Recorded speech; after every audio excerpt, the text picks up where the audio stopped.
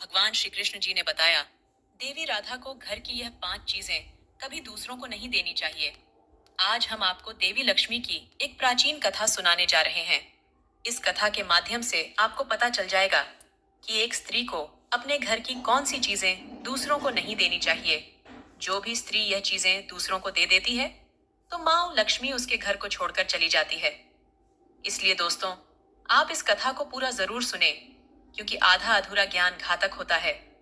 जो भी इस कथा को पूरा सुनता है, माँ लक्ष्मी उसकी झोली खुशियों से भर देती है। तो चलिए बिना देरी किए आपको वह प्राचीन कथा सुनाते हैं। दोस्तों, पूर्व काल की बात है। मध्य देश में एक अत्यंत शोभायमान नगरी थी।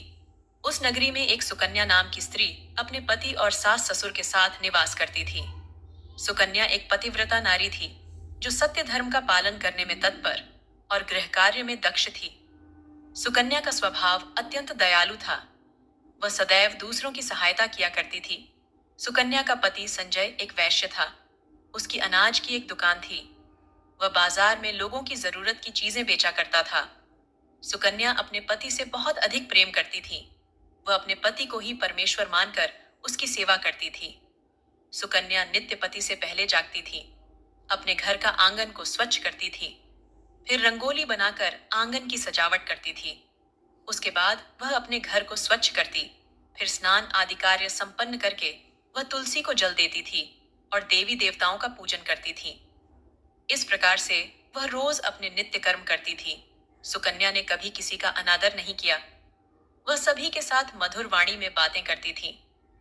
सभी लोग सुकन्या को देखकर कहने लगे थे कि यह तो साक्षात लक्ष्मी के समान गुणों वाली स्त्री है। यह अपने परिवार का कितने अच्छे से ख्याल रखती है। इसके अलावा सुकन्या दान धर्म करते समय कभी अपने हाथ पीछे नहीं खींचती थी। उसके द्वार पर जो भी याचक आता, वह उसे दान दिए बगैर नहीं भेजती थी। उसके द्वार से कोई खाली हाथ नहीं जाता था। जो भी भूखा उसके द्वार पर आता, तो वह भरपेट भोजन करके ही लौटता था, जिससे उसके द्वार पर आए हुए सभी याचक अत्यंत प्रसन्न होकर उसे आशीर्वाद देकर लौट जाते थे।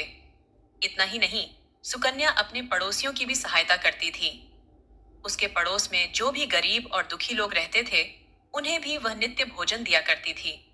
पड़ोसियों को जो जो चीजें लगती, सुकन्या बिना विचार किए ही दे दिया करती थी, जिस कारण से सुकन्या के पड़ोसी भी उसका बहुत अधिक सम्मान करते थे। वे कहते थे, अहो, ये सुकन्या तो साक्षात देवी है। देवी साक्षात माँ अन्नपूर्णा ने ही सुकन्या के रूप में जन्म लिया है। लोग जब भी सुकन्या की प्रशंसा करते, तो वे सभी उसके विषय में अच्छी बातें ही कहते। लेकिन बातें सुनकर भी सुकन्या ने कभी घमंड नहीं किया। वह उन सभी को आदर और सम्मान से ही बातें किया करती थी। फिर एक दिन की बात है। सुकन्या की एक पड़ोसन उसके घर पर आती है। सुकन्या उसका स्वागत करती है और बड़े प्रेम से उसे कहती है, हे बहन, हमारे घर में तुम्हारा स्वागत है। आज किस कारण से तुम्हारा मेरे घर पर आगमन हुआ है? यदि कोई वस्तु चाहिए तो मुझसे मांग लो, मैं तुम्हारी अवश्य मदद करूंगी। सुकन्या की पड़ोसन कहती है, हे सुकन्या बहन, आज मेरे घर पर बहुत से रिश्तेदार आए हैं। उनके लिए मैं भोजन बना रही हूँ। इसलिए मैं तुम्हारे पास रोटी बनाने के लिए चकला बेलन और तवा मांगने आई हूँ। यदि तुम कुछ समय के लिए मुझे चकला बेलन और तवा दे दोगी तो बड़ी कृपा होगी। मैं काम हो जाने के बाद तुम्हें जल्दी ही लौटा दूंगी। सुकन्या कहती है, हे बहन, इसमें क्या बड़ी बात है? अभी मुझे चकला बेलन की आवश्यकता नहीं है, इसीलिए तुम मेरा चकला बेलन और तवा ले जा सकती हो। रुको, मैं अभी तुम्हें ला कर देती हूँ। फिर सुकन्या रसोई घर में जाती है और रसोई घर से चकला बेलन और तवा लाकर उस पड़ोसन को देती है। पड़ोसन कहती है, हे बहन, तुम्हारा बहुत बहुत धन्यवाद। आज तुमने मेरा काम सफल कर दिया। मैं अपने मेहमानों को भोजन कराकर तुम्हारा चकला बेलन जल्दी से लौटा देती हूँ। सुकन्या कहती है, हे बहन, चिंता की कोई बात नहीं है। जब तुम्हारा कार्य पूर्ण हो जाएगा, तब तुम मुझे लौटा देना। फिर वह पड़ोसन सुकन्या का चकला बेलन और तवा लेकर चली जाती है। कुछ समय बाद अन्य एक स्त्री सुकन्या के घर पर आती है। सुकन्या उसका भी प्रेम से स्वागत करती है और पूछती है, पधारो बहन, आज तुम्हें मुझसे क्या काम है? संकोच न करो और बताओ, तुम्हें मुझसे क्या चाहिए? मैं तुम्हारी मदद जरूर करूंगी। तब वह स्त्री कहती है, हे बहन, मेरे घर में बहुत गंदगी हो गई है और मेरे घर को साफ करने के लिए मेरे पास कुछ भी नहीं है। इसीलिए मैं तुम्हारे पास झाड़ू मांगने के लिए आई हूँ। यदि तुम्हें कोई समस्या न हो तो कृपा करके मुझे अपने घर की झाड़ू दे दो। मैं अपना घर साफ करके तुम्हें झाड़ू लौटा दूंगी। सुकन्या बिना विचार किए ही कहती है, हे बहन, बस झाड़ू ही तो है, इसमें क्या समस्या हो सकती है? तुम रुको, अभी मैं तुम्हें अपने घर की झाड़ू लाकर देती हूँ। इतना कहकर सुकन्या घर के अंदर जाती है और झाड़ू लेकर आती है और उस स्त्री को दे देती है। वह स्त्री सुकन्या के घर की झाड़ू लेकर चली जाती है। फिर कुछ देर बाद अन्य एक स्त्री सुकन्या के घर पर आती है। सुकन्या उसका भी बड़े प्रेम से स्वागत करती है। सुकन्या कहती है, पधारो बहन, क्या बात है? आज मेरे घर पर किस कारण से आना हुआ? तुम्हें जो कुछ भी चाहिए निसंकोच होकर कहो, मैं तुम्हारी सहायता करने का प्रयास अवश्य करूंगी। वह स्त्री कहती है, हे सुकन्या बहन, तुम बड़ी दयालु हो। मैंने तुम्हारे बारे में बहुत सुना है और तुम सभी की मदद करती रहती हो, इसलिए मैं तुम्हारे पास एक छोटी सी मदद मांगने के लिए आई हूँ। सुकन्या कहती है, हे बहन, संकोच न करो, तुम्हें जो कुछ भी चाहिए मांग लो। यदि मेरे बस में होगा तो मैं मना नहीं करूंगी, मैं तुम्हारी सहायता अवश्य करूंगी। तब वह स्त्री कहती है, हे सुकन्या बहन, आज मेरी बेटी को देखने के लिए लड़के वाले आ रहे हैं, इसलिए मैं चिंता में हूँ। मेरे पास पहनने के लिए एक भी गहना नहीं है, तो मैं अपनी बेटी को क्या दूं? उसके पास पहनने के लिए अच्छे वस्त्र भी नहीं है, इसलिए कृपा करके मुझे आप थोड़े गहने और वस्त्र उधार में दे दीजिए। केवल एक दिन के लिए जब लड़के वाले देखकर चले जाएंगे तो मैं तुम्हारे गहने लौटा दूंगी। उस पड़ोसन की बात सुनकर सुकन्या कहती है, बस इतनी सी बात है बहन, तुम चिंता मत करो। तुम्हारी पुत्री मेरी छोटी बहन के जैसी है, उसकी सहायता मैं अवश्य करूंगी।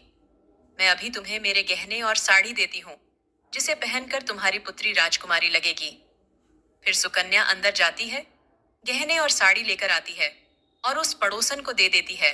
वह पड़ोसन प्रसन्न होकर सुकन्या के गहने और साड़ी लेकर चली जाती है। फिर शाम हो जाती है और अन्य एक पड़ोसन सुकन्या के घर पर आती है। सुकन्या उसका भी बड़े प्रेम से स्वागत करती है और कहती है, पधारो बहन, आज किस कारण से मेरे घर पर आना हुआ? बताओ, मैं तुम्हारी किस प्रकार से सहायता कर सकती हूँ? तुम्हें जो कुछ चाहिए निसंकोच होकर कहो, मैं तुम्हारी मदद जरूर करूंगी। वह पड़ोसन कहती है, हे सुकन्या बहन, तुम बड़ी दयालु हो और तुम सभी की मदद करती हो, इसीलिए मैं तुम्हारे पास आई हूँ। मेरा बच्चा भूखा है और उसे पिलाने के लिए दूध नहीं है, इसलिए मैं तुम्हारे पास दूध मांगने के लिए आई थी। अगर थोड़ा सा दूध मिल जाता तो बड़ी कृपा होती। सुकन्या कहती है, अरे बहन, इसमें कौन सी बड़ी बात है? लो, अभी मैं तुम्हें दूध दे देती हूँ। सुकन्या रसोई घर में जाती है और थोड़ा सा दूध लेकर आती है और उस पड़ोसन को दे देती है। वह पड़ोसन प्रसन्नता से उस दूध को लेकर चली जाती है। इस प्रकार से सुकन्या अपने सभी पड़ोसियों की मदद कर देती है और प्रसन्न होकर घर का काम करने में लग जाती है। फिर रात होते ही उसका पति घर पर लौट आता है। सुकन्या अपने पति को प्रणाम करती है और उसकी खूब सेवा करती है। रात को दोनों पति पत्नी आनंद से सो जाते हैं। फिर दूसरे दिन वे जागते हैं तो उन्हें एक बहुत ही बुरी खबर कानों में पड़ती है। एक आदमी दौड़ते हुए सुकन्या के घर पर आता है और सुकन्या के पति से कहता है, हे भाई, कल रात को किसी ने आपकी दुकान लूट ली है, सारा माल गायब है। सुकन्या का पति एकदम से घबरा जाता है और दौड़ते हुए अपने दुकान पर जाता है तो देखता है उसका सारा माल किसी ने लूट लिया है। वह देखता है कि उसके दुकान में रखा हुआ सारा धन भी चोरी हो चुका है। वह दुखी और निराश होकर घर पर लौटता है और सुकन्या को सारी बात बताता है, जिसे सुनकर सुकन्या बहुत दुखी हो जाती है। सुकन्या कहती है, आप चिंता न कीजिए जी, हमारे घर में अभी बहुत सारा धन रखा हुआ है, जिससे आप फिर से व्यापार शुरू कर सकते हैं। फिर सुकन्या अपने घर की तिजोरी में देखती है तो वह भी पूरी तरह खाली दिखाई देती है। उसके अंदर का भी सारा माल अब चोरी हो चुका था। ये देखकर सुकन्या बहुत दुखी हो जाती है।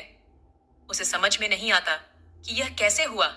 सुकन्या का पति उस पर बहुत क्रोधित हो जाता है और पूछता है, सुकन्या, सच सच बताओ, हमारे घर के अंदर रखा हुआ सारा पैसा कहाँ गया? सुकन्या कहती है, हे स्वामी, मैं घर पर ही थी, सारा धन तिजोरी में ही था। किसने इसे चुरा लिया पता नहीं, कृपया आप शांत हो जाइए। हम कोई न कोई उपाय जरूर ढूंढ लेंगे। सुकन्या का पति कहता है, ये जो तुम दूसरे लोगों को घर पर बुलाकर खिलाती हो, अनजान लोगों को घर में बुलाती हो, उसी का फल है ये। उन्हीं में से किसी ने हमारे घर का सारा पैसा चुरा लिया है। क्रोध में आकर सुकन्या का पति उसे भला बुरा कहता है। सुकन्या की सास भी उसे बहुत कोसती है और कहती है, तुम ही इन पड़ोसियों के घर की चीजें देती रहती हो, बिना सोचे किसी की भी मदद कर देती हो। उन्हीं में से किसी ने सारा पैसा चुरा लिया है। घर के सभी लोग सुकन्या को भला बुरा कहने लगते हैं। फिर सुकन्या अपने पति को दिलासा देते हुए कहती है, हे नाथ, मैंने मेरे कुछ गहने हमारी पड़ोसन को दिए हैं। मैं उसके पास से गहने लेकर वापस आती हूँ। फिर सुकन्या उस गरीब पड़ोसन के घर पर जाती है तो देखती है उसके घर पर कोई नहीं होता है। वह स्त्री भी घर छोड़कर सुकन्या के गहने लेकर भाग गई होती है। सुकन्या निराश होकर घर पर लौटती है और अपने पति को सारी बात बता देती है। सुकन्या की बात सुनकर उसका पति आग बबूला हो जाता है और सुकन्या को भला बुरा कहने लगता है। सुकन्या का पति कहता है, हे सुकन्या, तुम बड़ी मूर्ख हो। तुम्हारे ही कारण हमारा सारा धन वैभव चला गया है। तुम्हारे दान देने की आदत के कारण ही हमारे ऊपर यह मुसीबत आन पड़ी है। अब तू इस घर में नहीं रह सकती। तू अभी इसी क्षण इस घर को छोड़कर चली जा। सुकन्या कहती है, हे नाथ, आपके सिवा मेरा इस दुनिया में कोई नहीं है। मैं आपको छोड़कर कहाँ जाऊं? सुकन्या का पति कहता है, तू कहीं पर भी जा, लेकिन अब इस घर में तू नहीं रह सकती। तेरे ही कारण मेरा सब कुछ बर्बाद हो गया है। तू इस घर में रहेगी तो बचा खुचा सब नष्ट हो जाएगा। सुकन्या अपने पति को हाथ जोड़कर विनती करने लगती है, हे स्वामी, ऐसा न कहिए। मैंने कोई अपराध नहीं किया है। आपके बगैर मैं जीवित नहीं रह सकती।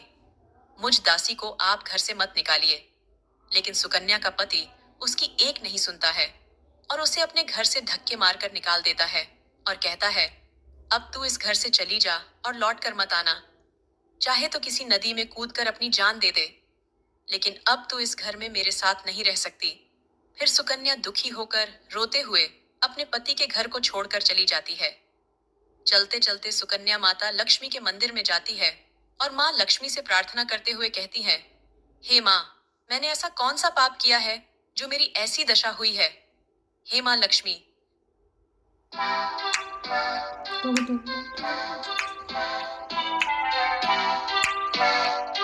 दशा हुई है।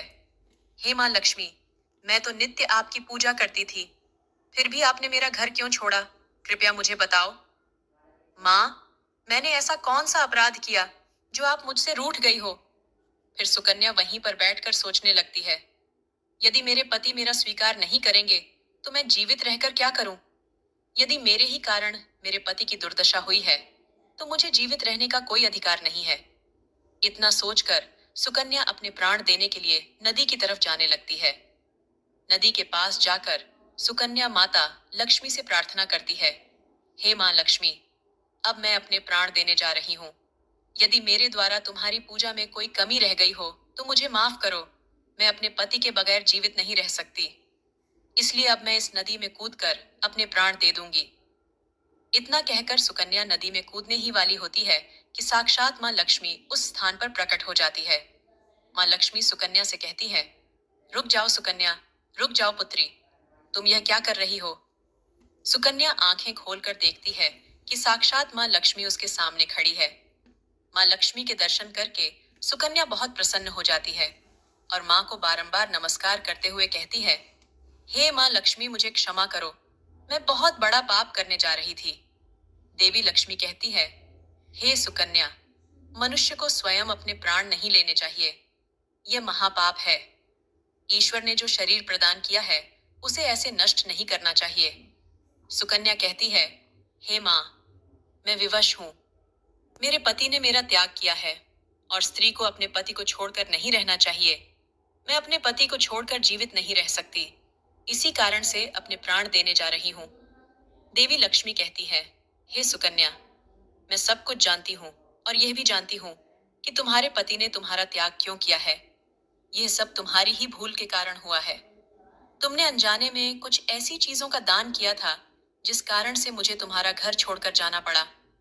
जो भी स्त्री अपने घर की इन चीजों को दूसरों को दे देती है, उनके घर में मेरा वास नहीं होता है। मैं उन वस्तुओं के साथ ही उनका घर छोड़कर चली जाती हूँ। तब सुकन्या कहती है, हे माँ, ऐसी वह कौन सी वस्तुएं हैं? कृपया आप मुझे बताइए। मैंने कौन सी वस्तुओं का दान किया जिस कारण से आपने मेरे घर का त्याग किया है? देवी लक्ष्मी कहती है, हे पुत्री, अब तुम ध्यान से सुनो। मैं तुम्हें उन चीजों के बारे में बताती हूँ जो किसी भी स्त्री को दूसरों को नहीं देनी चाहिए। इन चीजों का दान करने पर मैं उस घर को छोड़कर चली जाती हूँ। हे सुकन्या, सबसे पहली वस्तु है चकला, बेलन और तवा। किसी भी स्त्री को अपने घर का चकला, बेलन और तवा कभी दूसरों को नहीं देना चाहिए। रसोई घर में इन वस्तुओं का महत्व सबसे अधिक होता है। इन वस्तुओं की पवित्रता सदैव ही बनी रहनी चाहिए। इन्हीं वस्तुओं से भगवान विष्णु को प्रसाद बनाया जाता है और तवे पर बनी पहली रोटी भी गाय को खिलाई जाती है। इसलिए इन वस्तुओं को हमेशा स्वच्छ और शुद्ध रखना चाहिए। दूसरों को देने पर ये अपवित्र हो सकती है और फिर इनका उपयोग करना अशुभ फल प्रदान करता है। इसीलिए सुकन्या, तुमने अपने रसोई घर के चकला, बेलन और तवा अपनी पड़ोसन को देकर पहली सबसे बड़ी भूल की है। आगे माँ लक्ष्मी कहती है, हे सुकन्या, अब तुम दूसरी वस्तु के विषय में सुनो। तुमने अपनी पड़ोसन को अपने घर में रखी हुई झाड़ू ही दे दी। जिस वस्तु में मेरा सदैव वास होता है, जो वस्तु मुझे सबसे अधिक प्रिय है, तुमने उसे ही दूसरे को दे दिया। तो फिर मैं तुम्हारे घर में कैसे ठहरती है? सुकन्या, जो स्त्री अपने घर की झाड़ू दूसरों को दे देती है, मैं उसके घर को त्याग देती हूँ। झाड़ू से घर की स्वच्छता की जाती है और जहां पर स्वच्छता होती है उसी स्थान पर मेरा वास होता है। ध्यान में रखना सुकन्या, घर में झाड़ू को हमेशा छिपा कर रखना चाहिए। झाड़ू पर बाहरी व्यक्ति की दृष्टि भी नहीं पड़नी चाहिए। झाड़ू एक अत्यंत पवित्र वस्तु है। इसे पैर नहीं लगाना चाहिए और इससे कभी विष्ठा आदि प्रकार की गंदगी साफ नहीं करनी चाहिए। माँ लक्ष्मी कहती है, हे सुकन्या, अब तुम तीसरी वस्तु के विषय में सुनो जो एक स्त्री को कभी दूसरों को नहीं देनी चाहिए। वह वस्तु है आभूषण। एक स्त्री को अपने आभूषण कभी अन्य महिला को नहीं देने चाहिए। मैं सदैव ही आभूषणों में वास करती हूँ। स्त्री के 16 श्रृंगार में गहनों का बहुत अधिक महत्व होता है। एक विवाहित स्त्री को अपने आभूषण कभी अन्य स्त्री को पहनने के लिए नहीं देने चाहिए। जो स्त्री अपने आभूषण अन्य स्त्रियों को देती है, उसके जीवन में दुर्भाग्य आता है। हे सुकन्या, अब मैं तुम्हें चौथी वस्तु के विषय में बताती हूँ। किसी भी मनुष्य को शाम हो जाने के बाद कभी सफेद रंग की वस्तुओं का दान नहीं करना चाहिए, किंतु तुमने शाम के समय दूध का दान किया था। शाम को दूध का दान करने से जीवन में दुर्भाग्य आता है। शाम को सफेद रंग की चीजें दान करने से मनुष्य के जीवन में अशुभ काल आता है। माँ लक्ष्मी कहती है, हे सुकन्या, अब मैंने तुम्हें उन सभी वस्तुओं के बारे में बता दिया है जिनका कभी दान नहीं करना चाहिए। ये वस्तुएं कभी दूसरों को उधार में अथवा उपयोग के लिए नहीं देनी चाहिए। सुकन्या कहती है, हे माँ लक्ष्मी, मुझसे बड़ी भूल हो गई। मैं इन बातों से अनजान थी। कृपया मुझे क्षमा करो, कृपया मुझे क्षमा करो और अब मुझे प्रायश्चित करने का उपाय बताओ। देवी लक्ष्मी कहती है, हे सुकन्या, तुमने प्रायश्चित पहले ही कर लिया है, इसलिए अब तुम अपने घर पर लौट जाओ। मैं तुम्हें तुम्हारा संपूर्ण वैभव और धन संपत्ति लौटा देती हूँ। इतना कहकर माँ लक्ष्मी उस स्थान से अंतर्ध्यान हो जाती है। फिर सुकन्या भी माँ लक्ष्मी को धन्यवाद करती है और उस स्थान से घर की तरफ जाने लगती है। तभी उसका पति ढूंढते हुए उसी की तरफ आ रहा होता है। वह सुकन्या के पास आकर उससे क्षमा मांगता है और कहता है, हे सुकन्या, मुझे माफ करो। मैंने तुम्हें बहुत भला बुरा कहा था। तुम तो साक्षात देवी के समान हो। माँ लक्ष्मी की कृपा से हमें अपना सारा धन वैभव वापस मिल गया है। जिन लोगों ने हमारा धन लूटा था, उन सभी ने हमारा धन हमें लौटा दिया और तुम्हारा नाम लेते हुए क्षमा मांग ली है। ये सुनकर सुकन्या बहुत प्रसन्न होती है और अपने पति के साथ घर पर लौट जाती है।